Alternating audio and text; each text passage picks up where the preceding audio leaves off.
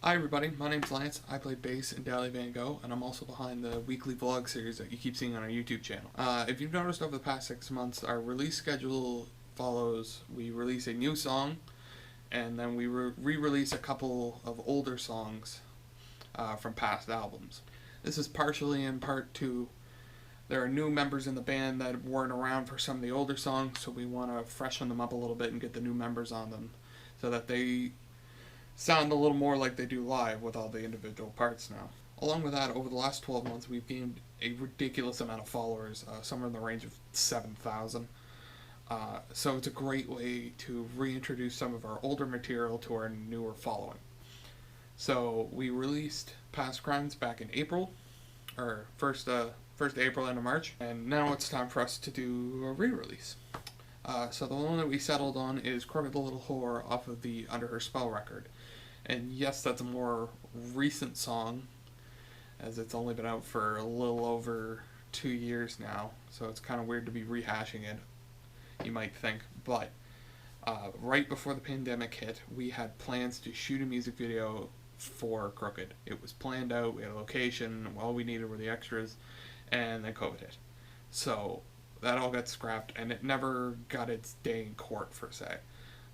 It never got the attention that we all think it deserved. It's a staple in our sets, and it's a lot of our favorite songs, or one of the favorite songs for a lot of people in the band. So we settled on it, but when it came time to record it, we got stuck in another lockdown. So we had to figure out a way to work around that. Fortunately, we decided that because Johnny and Rachelle were in the band at the time of recording Under Her Spell, nothing needed really to be redone except I needed to put my vocals on it and I needed to redo the bass. So it was all on me. So in this video I'm going to walk you through how I did the vocals. You get to kind of see what recording in isolation's like. And yeah, so I hope you enjoy that. I have an Apex 530 condenser microphone run into my Behringer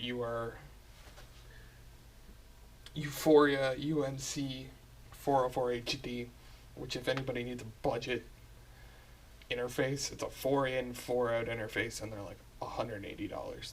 And they sound great. Midas preamps. Would highly recommend. Hashtag not sponsored by Behringer, but if they're interested. Anyway, so that, and on my computer I'm running what I think is Pro Tools 11. It doesn't say, it just says Pro Tools. 2018, 10, okay, 10.0, so I guess Pro Tools 10? It's 10 or 11, I don't know. So we're just gonna go in here, Crooked, it's Vox. WAV files, 44.1, 24 bits, sorry. My last use IO settings. Thing is we're going to come over on my other side here that you can't see. Import audio. I have both albums here. Like I said when I was doing the bass tracking, we're reusing Johnny's original drum tracks from when the song originally came out on Under Her Spell. I'm just tracking everything to the original Under Her Spell recording, just because it's easy that way.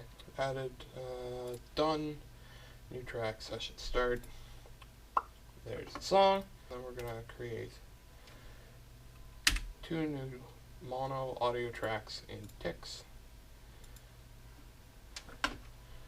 We will call this one Dance Box 1,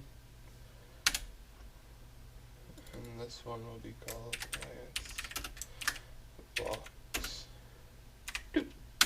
So yeah, we're kind of good to go. I'm not putting any inserts on, any plugins on any of this, just because Isaac will take care of that. Or actually, we have somebody else doing the mixing and mastering on this song. So they'll take care of that. That's not my problem. My problem is to just sing the parts. And I'm kind of in the point of, I'm like, let's just do this. She just wanna take you higher. That was bad. She just wanna take you higher. That's pretty good. So then we double track that. She just wanna take you higher. We're gonna do the pre-choruses first, just because they're a little easier. And then I'm gonna do the choruses. Alright. That's the easy part. It's just, give her the beans. Ah! Sorgen, sorgen, sor. Daddy more, daddy more. Little whore, little whore. At the door, at the door. And bitch it fucking fine. That the mood is in the right. On the floor, on the floor. That felt pretty good. That the mood is in the right. On the floor, on the floor. Alright. We're cooking now. We are cooking with oil. Nope. That button. On the floor, on the floor. You. That the mooch is in the right. On the floor, on the floor. That one I'm just confident was good. Getting Sorgen, sorgen, sor. Daddy more, daddy more. Little whore, little whore. Out the door, at the door. The bitch ain't fucking fine. Let the mood is in the right. On the floor, on the floor. Okay, so we are going to save that. Okay, now I just have to gear it up to be sent. So I have all these little tracks, but if I export them, it will slam them together, and it's only about 35, 36 seconds worth of song. So, well, I'm done over there. Let me fix the camera. I'm just going to go through how I'm going to send this over to Isaac. Put together, and then Isaac sends it off to the mix engineer. So basically, we're just going to highlight this track, both these tracks, and in Pro Tools, consolidate clips. It's Alt Shift 3.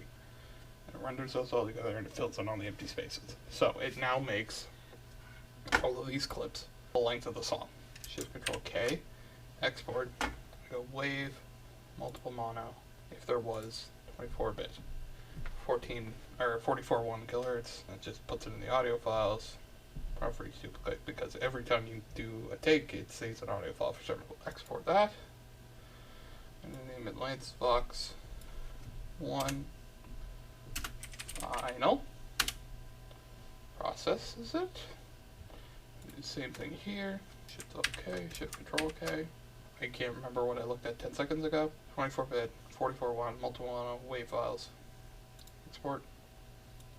Length box 2. Final. Alright, so those are processed and exported, so now all I have to do is slam them into our Google Drive, and then Isaac takes it, builds the song together, and it will then get sent off to our mix engineer. So, yeah, that's kind of it. Keep an eye out for the next studio vlogs. Yeah, thanks.